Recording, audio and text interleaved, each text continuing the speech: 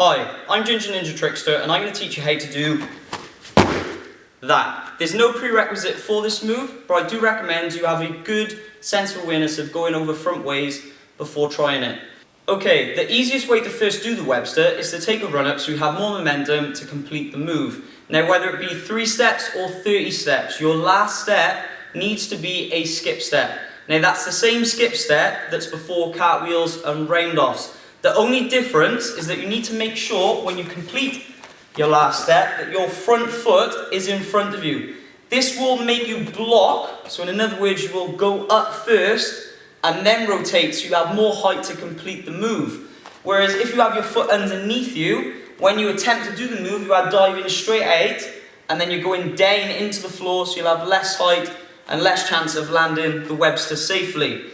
Another common mistake with people skip step is that they normally are treating it like they are going to do a cartwheel or round off and they end up turning their hips, which will make you Webster sideways. So a lot of people do like Webster side flips. If you want a proper Webster and staying straight, you need to make sure when you complete your skip step that your hips are square to where you are going. Roll onto the front leg, do not punch. Now for the most difficult part of the Webster to understand, the takeoff. Now the key to the Webster is understanding that the back leg swing needs to combine with your takeoff leg. If it doesn't, say I swing to the top and then I leave the ground, I end up with quite a weak jump, but I've also lost all the momentum that that leg created. So it's going to be very difficult to rotate and land that Webster. The other way as well is kicking and leaving too early. Now I'll end up with quite a strong jump, but the problem is I have to do a lot of rotation now, so I'm going to end up struggling again to do the Webster, so it'll be a lot less efficient. So we need to make sure we are extending this leg, swinging it, and when it starts to reach its peak, that we're pushing off and combining it with the takeoff.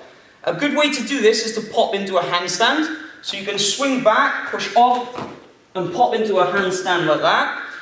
Another good way, if you're not comfortable doing that, is to attempt to do it onto a mat. So you actually rotate over and land on your back.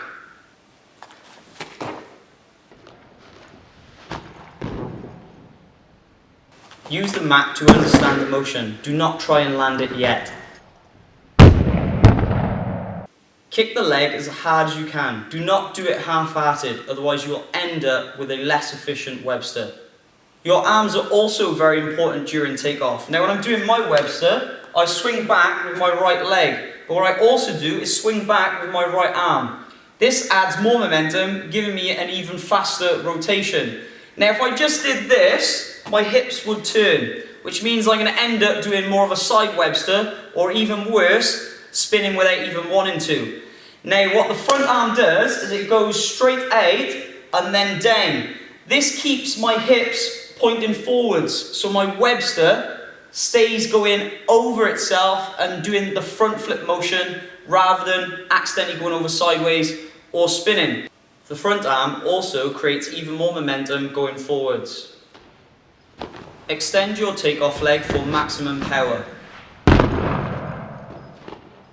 Now for the debatable part, what to do with your torso during takeoff. Now different people prefer different methods. So I'm going to explain a few methods and I want you to pick the one that works best for you. Okay, first method is as I'm swinging my back leg, I'm bringing my torso all the way down. What this means is I've completed half my rotation before I've even left the ground. I recommend this one if you're quite flexible and get your leg quite high, because it'll make it easier for the next half of your rotation, and also you have a strong kicking leg. Another method is to keep your body more upright on takeoff.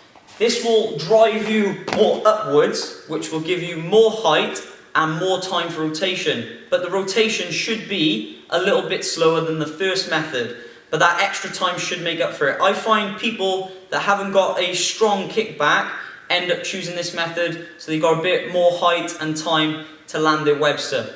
Now I believe the most efficient method is a cross between the two, because you'll have more height and quite a fast rotation, so you'll end up with a very efficient Webster. When you have taken off and you are starting to rotate, Fold your kicking leg in and grab your takeoff leg with the same side's arm. When you are rotating, keep your legs as close as you can to your torso. This will give you a faster rotation.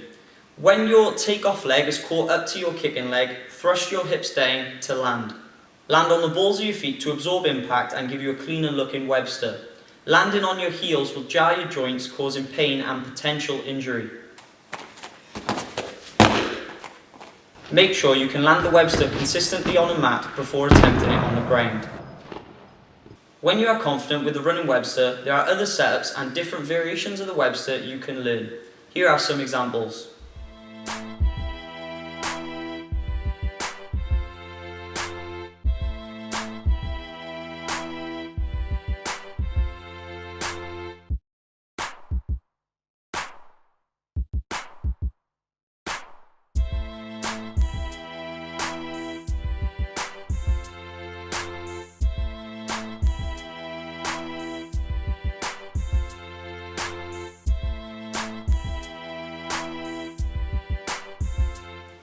This concludes my tutorial on the Webster, so check my channel for other tricking tutorials and subscribe for future ones. Also, I do kicking and stretching tutorials if you're interested.